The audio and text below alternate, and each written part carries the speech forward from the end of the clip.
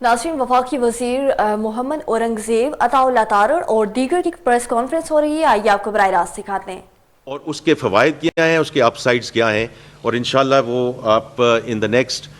25 to 30 minutes आपने जो हमें टाइम दिया है उसमें हम ये आपके सामने शो करेंगे, एंड देन इंशाल्लाह we will open it up for Q&A। With that मैं मिनिस्टर ऑफ स्टेट को दरख्वास्त करूँगा कि वो अपने जो है रिमार्क्स वो दें। जी थैंक यू। बहुत शुक्रिया sir. I will try not to repeat anything that you have said,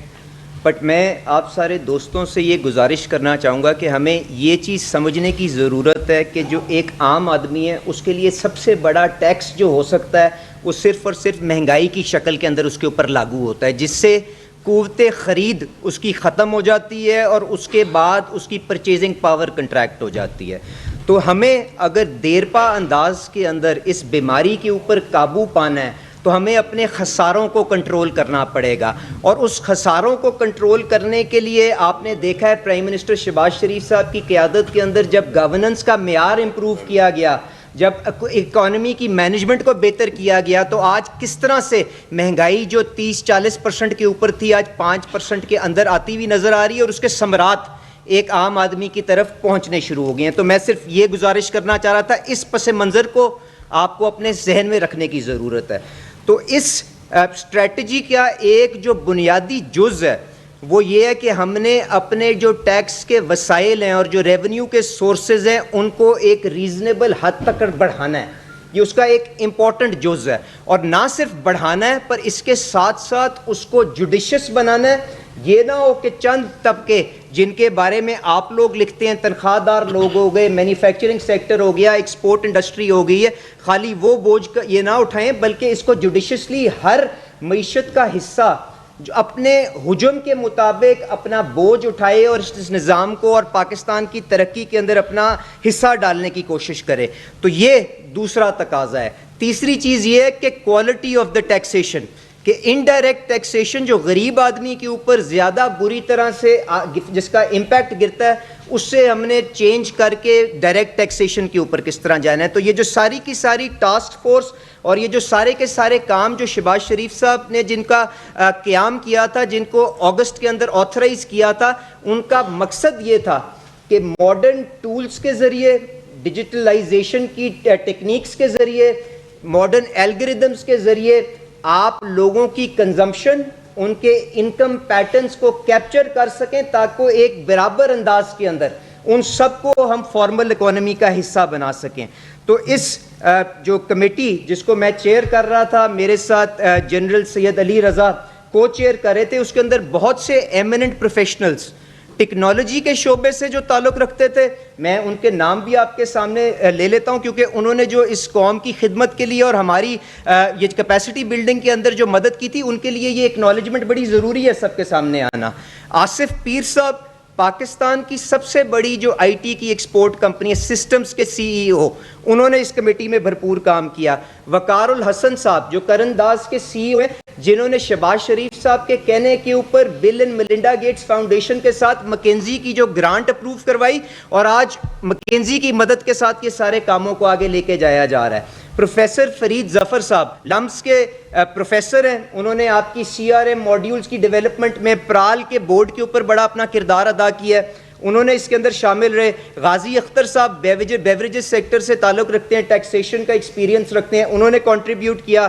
Tania एदरियस साहिबा ने कंट्रीब्यूट किया। ब्रिगेडियर जावेद साहब चीफ इंस्पेक्शन ऑफिसर नादरा, क्योंकि बहुत सा डेटा जो चेयरमैन साहब आपको दिखाएंगे इन्होंने इस्तेमाल किया, वो नादरा से वो विड्रॉ जो लिया गया, जिसके ऊपर आप सारे कहते थे कि ये डेटा मौजूद है तो इस्तेमाल क्यों नहीं करते। तो रॉ डेटा तो कोई अहमियत नहीं रखता जब तक उसको एनालाइज ना कर लें, जिस तरह से फाइनेंस मिनिस्टर साहब ने कहा, डेटा एनालिटिक्स के जरिए इन दोस्तों ने हमें वो रास्ता दिखाया है। इसके बाद आमिर मलिक साहब प्राल के CEO, तो मैं इन सब का शुक्रिया भी अदा करता हूँ। इन्होंने अपनी जो रिकमेंडेशंस टास्क फोर्स के ज़रिए प्राइम मिनिस्टर साहब को दी, उन्होंने उसको अप्रूव करके जो फाइनेंस मिनिस्टर साहब जो ट्रांसफॉर्मेशन प्लान को हेड कर रहे हैं FBR का, उसका हिस्सा बनाया। और आज जो हम आपके पास बैठे हैं वो इसलिए बैठे हैं कि आपको शोकेस कर सकें कि उससे हम टैक्स वाइडनिंग,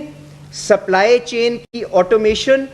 ट्रेड डेटा की स्क्रूटनी को किस तरह से ऑपरेशनलाइज करने जा रहे हैं। یہ نہیں ہے کہ ہم کیا کریں گے, ہم کیا کر چکے ہیں اور اس کے اوپر کیا پیش رفت ہوگی, یہ بتانے کے لیے جا رہے ہیں آپ کے پاس. اور اس کے ساتھ ساتھ ڈیش بورڈز آپ کو دکھائیں گے جس کے اندر ٹرانسپیرنسی اور آپ کو ویزیبلٹی نظر آئے گی کہ کس بندے کو کس وجہ سے کیا ہو رہا ہے اور اس کے اوپر کس سٹیج کے اوپر یہ ساری کی ساری جو آپ کی پروسیکیوٹ اس کو کیا جا رہا ہے یا اس کو شو کاز کیا جا رہا ہے وہ کس سٹیج پہ ہے. کیونکہ یہ پہلے بھی ایفرٹ ہوئے ہیں کہ ہم نے بندوں کو آئیڈینٹیفائی کر لیا, فیلڈ کے اندر وہ چیزیں گئیں اور شاید گم گئی کہیں, تو آج جب تک وہ روپے کی شکل کے اندر کنورٹ ہو کے حکومت کے خزانے میں نہیں آ جائیں گی, چیئرمین ایف بی آر صاحب کے کمرے کے اندر وہ ڈیش بورڈ کی شکل میں اور سمریز کی شکل میں ہمارے پاس موجود آتی رہیں گی. تو میں آخر میں صرف یہ گزارش کروں گا, ہم نے پچھلے کئی مہینے فائنانس منسٹر صاحب نے اور میں نے آپ سارے دوستوں کے ذریعے یہ گزارش کی کہ جو صاحب حیثیت لوگ ہیں پاکستان کی ترقی کے اندر اپنا جائز حصہ آ کے ڈالنا شروع کریں. میں شکر گزار ہوں ان لوگوں کا جنہوں نے اینڈ اکتوبر تک تقریباً 50 لاکھ لوگوں نے اپنی فائلز ریٹرن کی اور جو پچھلے سال تقریباً 30 لاکھ کے قریب تھیں. تو وہ لوگ جو ایڈیشنلی جنہوں نے ہماری اس بات کو سنتے ہوئے والنٹیرلی اس کام کے اندر شرکت کی, میں دونوں کی طرف سے, پوری حکومت کی طرف سے, پرائم منسٹر صاحب کی طرف سے ان کا شکریہ ادا کرتا ہوں. پر جس چیز کے اوپر ہمیں افسوس ہوا وہ یہ ہے کہ بہت سا کنزمپشن ڈیٹا جو اب ہم نے اکٹھا کیا اس کو جب ہم نے ریفائن کرنے کی کوشش کی, اس کے اوپر ڈیٹا انالیٹکس کو رن کرنے کی کوشش کی, تو ایک بہت بڑا معیار رکھتے ہوئے بھی 3 گاڑیاں, بہت سی پراپرٹیاں, بہت سے گھر اور کیا کیا کچھ, اس کے باوجود بھی تقریباً 1,90,000 ایسے لوگ آئے جن کے پاس ٹیکسیشن کے اندر ہونا چاہیے تھا اور وہ فائلرز نہیں تھے. تو اس ڈیٹا کو ہم نے یہ بھی کہا کہ کہیں الگوریدم صحیح چلی کہ نہیں چلی, اس چیز کی بھی تصدیق کر لیں. فیلڈ کے اندر جو ٹاپ 5-6 ہزار لوگ تھے ان کو گراؤنڈ ٹروتھنگ کے لیے بھیجا گیا. اس کے بعد جو ان کا ٹیکس کا تخمینہ فیلڈ سے آیا اس ڈیٹا کی بنا کے اوپر, خواہشات کی بنا کے اوپر نہیں, تقریباً 7 ارب روپے کا تھا.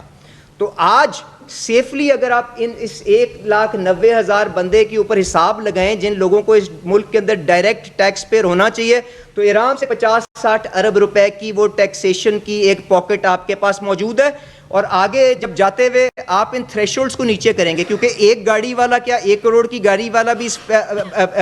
ریڈار کے اوپر نہیں آنا چاہیے. کیا جب یہ فیلڈز کو ایکسپینڈ کریں گے گاڑیوں, گھروں اور بینک پروفٹ اور کریڈٹ کارڈ کے بیونڈ, ڈی ایچ اے میں کیا ہو رہا ہے, باقی پرائیویٹ سکولوں میں کیا ہو رہا ہے, تو وہ کتنی آپ کی جو سائز ہے بڑھتا جائے گا. اس کے بعد ساتھ آپ تھریشولڈ کو بھی نیچے کریں گے, ڈیٹا کے سورسز بھی ایڈ کریں گے, آپ اس کے ساتھ ساتھ یہ ریگولر ایکسچینج آف ڈیٹا کریں گے. یہ تو ایک ڈیٹا ڈمپ تھا نا, جب ریگولر ہر 3 مہینے پہ آئے گا تو ان کے پاس اس طرح کے کتنے ہی لاکھوں لوگ سامنے آئیں گے. تو میری آج گزارش یہ ہے کہ ہم ان کے خلاف کیا کرنے جا رہے ہیں اور کس طرح سے اس کے اوپر under process, due process of law کیا ہوگا, اس کے اوپر چیئرمین ایف بی آر صاحب سے گزارش کروں گا کہ آپ کو دکھائیں یہی چیز 236G اور H جو آپ اور بات کرتے ہیں کہ جی سپلائی چین ریٹیل چینج کے اندر کیا ہوا, وہاں سے بھی جو ڈیٹا سارا اکٹھا ہو رہا ہے اس کے اوپر بھی یہی کام کیا جائے گا, ڈیش بورڈ کے اوپر لوڈ کیا جائے گا. اور یہ جو ساری کی ساری ڈیٹا انالیٹکس کی کیپیسٹی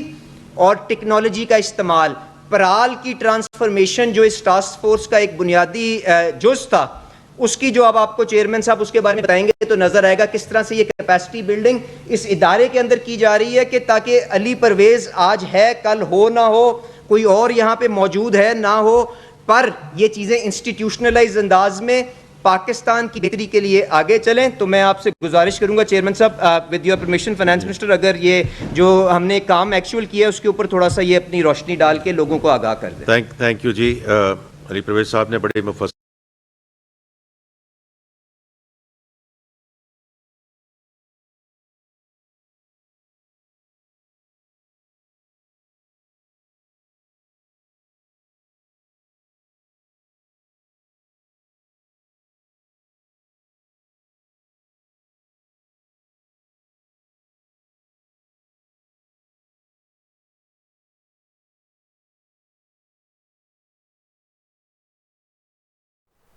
جی تو ناظرین, وفاقی وزیر محمد اورنگزیب عطا اللہ تارڑ اور دیگر کی پریس کانفرنس ہو رہی تھی.